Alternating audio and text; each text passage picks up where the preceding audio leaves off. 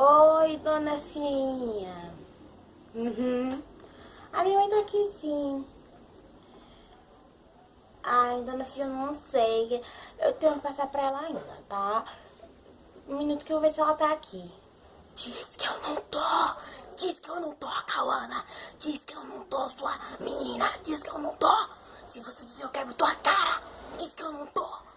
Oi, dona Fia, minha mãe tá aqui sim. Ou se ela tá aqui sim. Um minuto que eu vou passar pra ela, viu? Tá bom, tchau. É a chata. Oi, dona Fininha. Oi? Claro que eu e a Cauana vamos lanchar aí. Oh, é isso. Eu vou te matar, Cauana.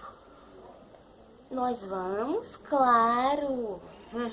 Vai ser muito legal conversarmos sobre isso, né? Tá bom. Obrigada pelo convite. Tchau.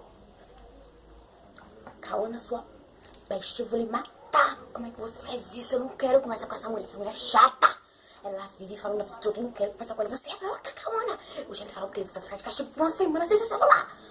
Ai, meu Deus, eu vou ter que comer com essa mulher. A mulher é chata, insuportável.